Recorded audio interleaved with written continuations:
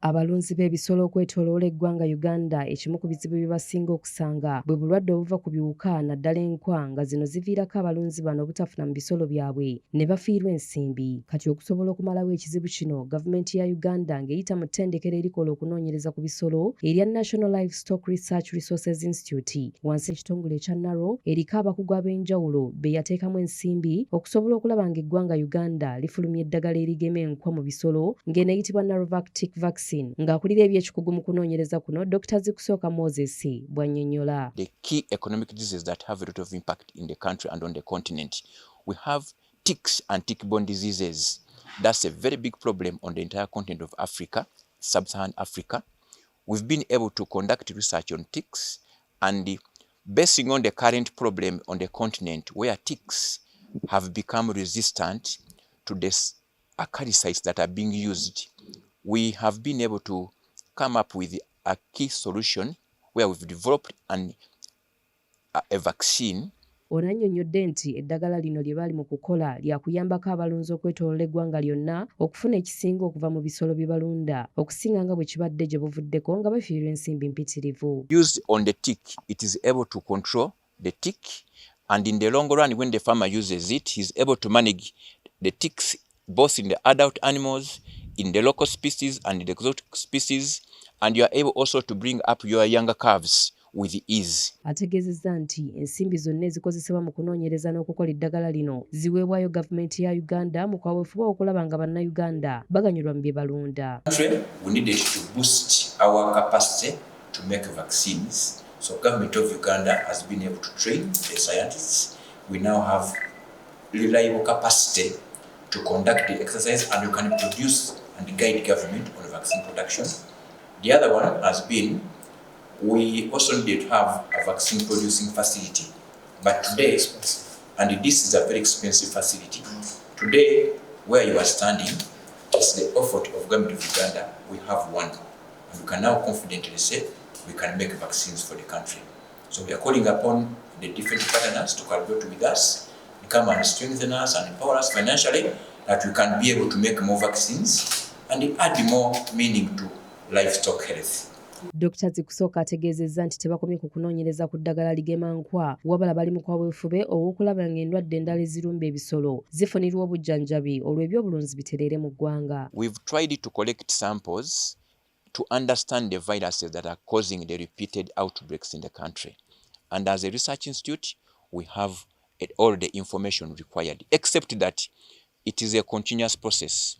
These viruses keep on changing. So once in a while, every quarter, we need to renew and refresh the type of viruses by following up the outbreaks.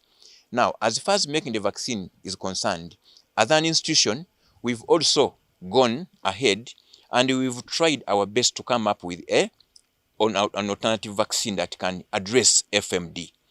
But what is basically waiting, as a country, we didn't have a full-fledged vaccine production facility that can use what we've developed. So behind me, government has put in money to ensure that we start off the roadmap to building the vaccines.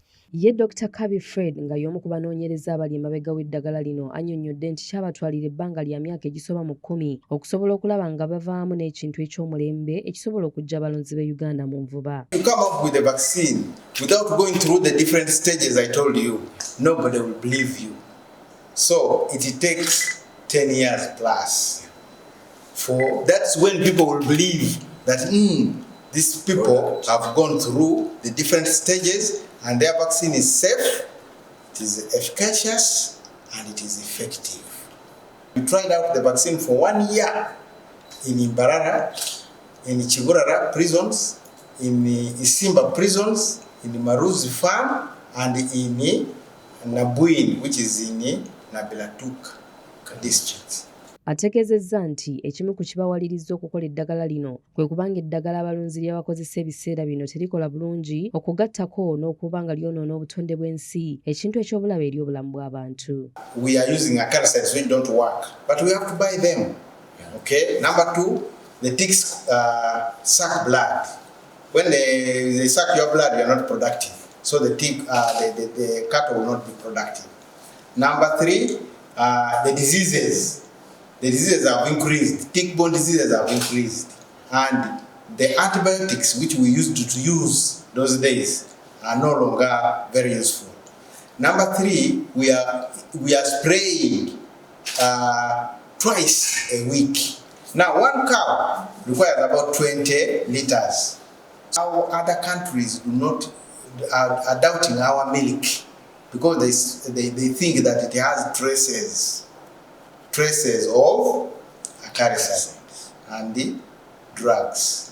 Bano bagamba nti kino tekigenda kukoma ku kuyamba balunzi ba kuno bokka wabula n'amawanga ga Africa agalina obuzibu bw'enkwa mu bisolo kubanga obusobozi obukola eddagala lino kati babulina. Using the available technologies, we can make the vaccine. We have enough material for producing enough vaccine for the whole continent, even for the whole country. And all we need is more support and more collaboration with the partners to ensure that our farmers receive the product. Bano bannyonnyodde nti wabulayo ebintu bitono nnyo eddagala lino okusobola okutuuka ku katale liyamba abalunzi ba kuno nga mulimu abakugu okuva mu National Drug Authority ssaako n'ebitongole by'ensi yonna eby'ekikugu. To be able to produce commercially, we must install high quality equipment, internationally recognized equipment, and that is what is going on right now. So currently, as you can see, work is ongoing to be able to qualify Naro and Naliri to produce the vaccine for commercialization. Once we have been approved for commercialization, which will be early next year, I don't want to be very specific, but early next year, I'm sure that we shall qualify to produce the vaccine commercially. And that commercial production will be about 20 million doses per annum. Bano tebakomye ku ekyo kyokka waliwo ebintu ebyenjawulo ebiri mu kukolebwa okulaba nga abalunzi mu ggwanga Uganda baganyurwa mu bulunzi bwabwe nga mu birala mulimu okwongera omutindo ku bintu ebiva mu bisolo okugeza ng'obusa nga bakolamu ebintu ebyenjawulo nga biogas, sabbuuni ow'amazzi, ebizigo by'abakyala ebinaaba mu nviiri n'ebintu ebirala bingi. Output of 75 kilowatts and it runs on biogas. It can run our institute, but because the number of animals have not reached the target, it can only run it for 6 hours. But once we reach the target, then it can fully run it for the whole day. Lighting and everything. Yeah. Ronald Chiwesi yakusakidde egguliro lino kulaga fambi obusuubuzi.